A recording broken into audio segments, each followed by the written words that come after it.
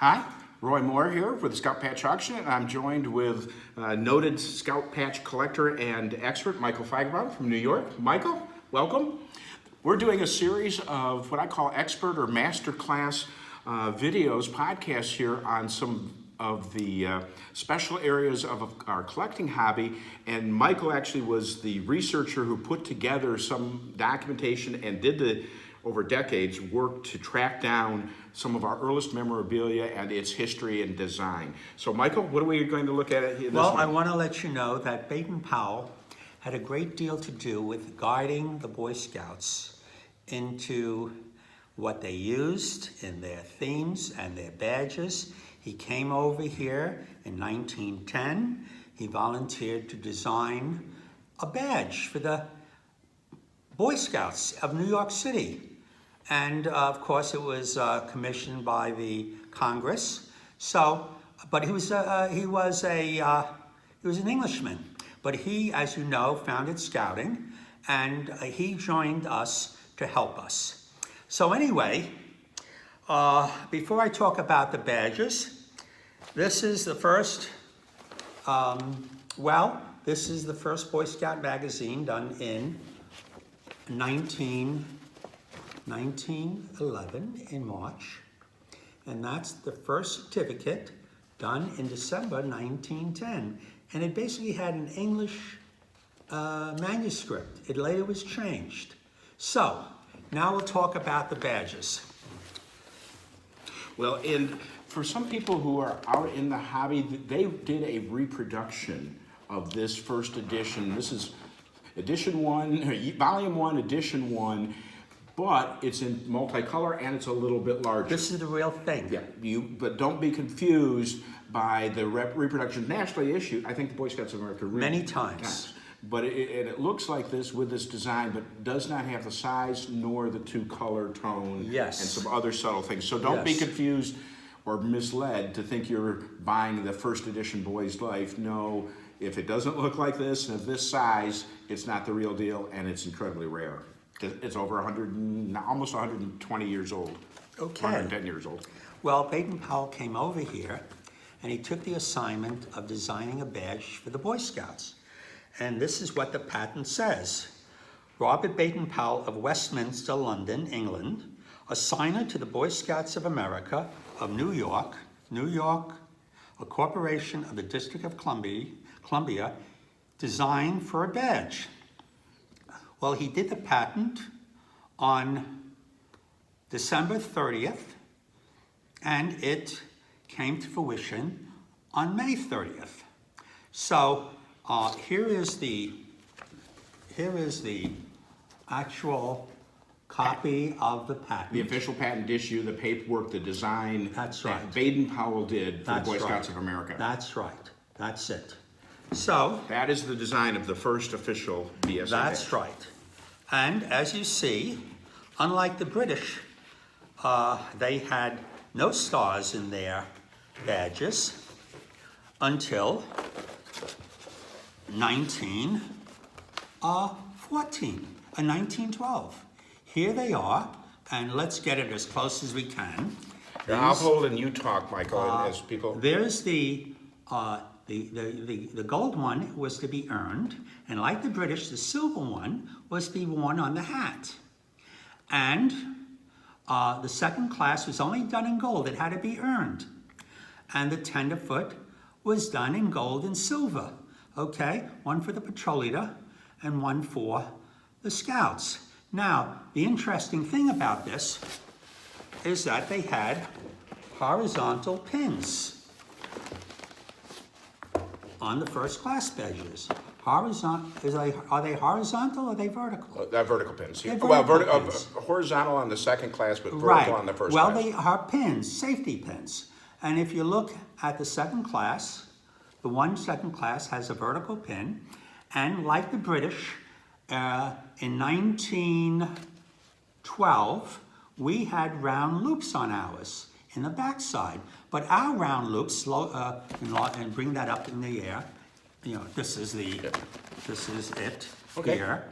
Can you see it now? Mm-hmm. We had round loops on back like theirs, but we had no registration number.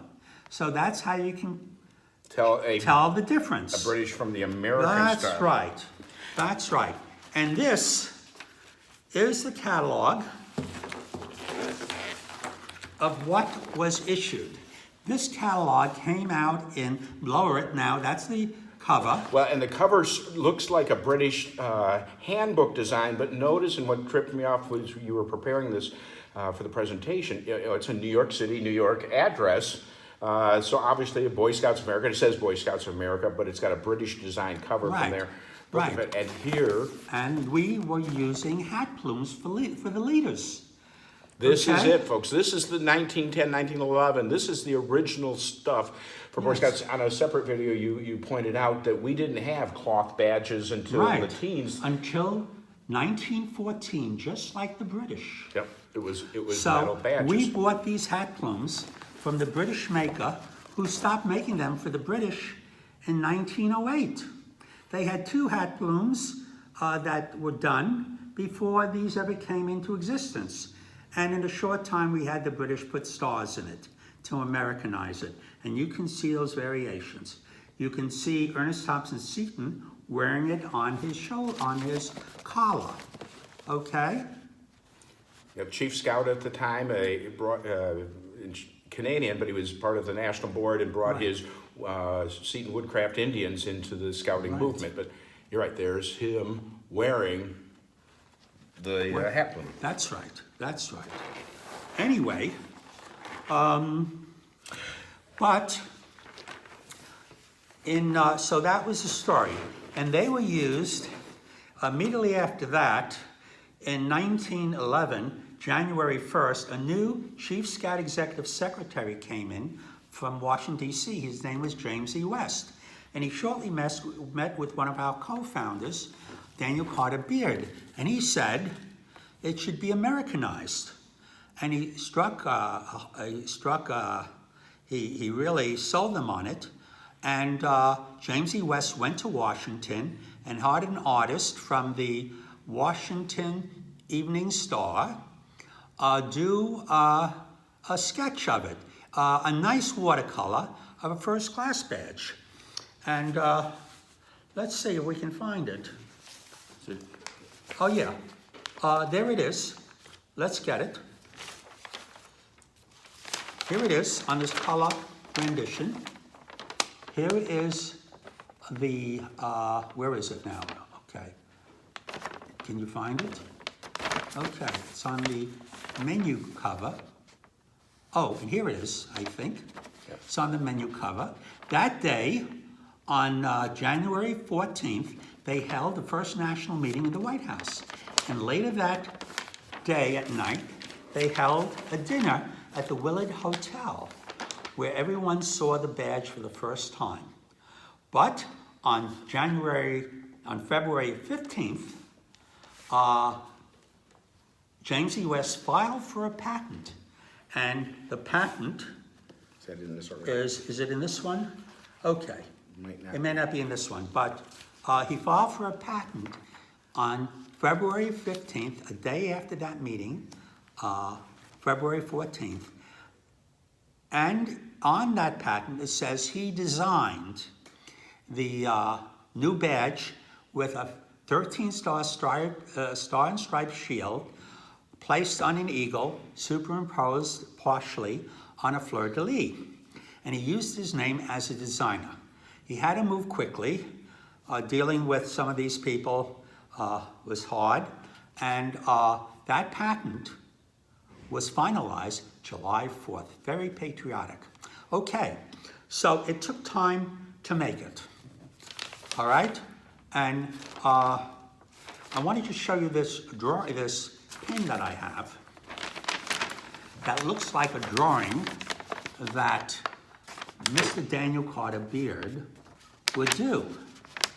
So that's the only indication of anything from that time that they presented to the Boy Scouts. But it took time to make it, and the Boy Scouts were very into keeping everybody informed, and they produced these postcard sets, okay? One for uniforms, one for booklets, and one for badges. And this is what the badge card said. We're desirous of having the new badges meet with the hearty approval of every scout and scoutmaster. The general design will remain the same, but some slight changes are being made. However, with the view of giving the badge cover a fleur-de-lis. I got this, let me get back. Okay. The general design will remain the same. Some slight changes being made, however, with the view of giving the badge more of an American appearance. A spread eagle and a shield would partially cover the fleur-de-lis. The workmanship of the badges and the quality of the thickness of the metal will be far superior to that of the foreseen detail. Okay? Some delay has been experienced in the selection of designs and by other unforeseen details. This will cause the exchange of badges to be made on a date later than we had previously expected. Due notice will be sent to each scoutmaster when they are ready to make an exchange. And they will be made, and what it doesn't say here, the exchange will be made to the boy for the old badges. Now you should know that 1,440 badges were made of the one without the eagle. It's in the National Report of 1911. Now, when were these badges issued? Well, in Boy's Life of August that year, they said a special ambassador went over to King George's IV, I'm not too sure, coronation, which was around June 22nd. So he would have met with him at that time, and he presented the new Scout badge. So I can only guess it was issued in late May or June. So that's the story of the new badges. I'm going to show you those badges now. And so this is one of a series of segments, and we want to keep these short and sweet. We appreciate your time. Join us on our next segment.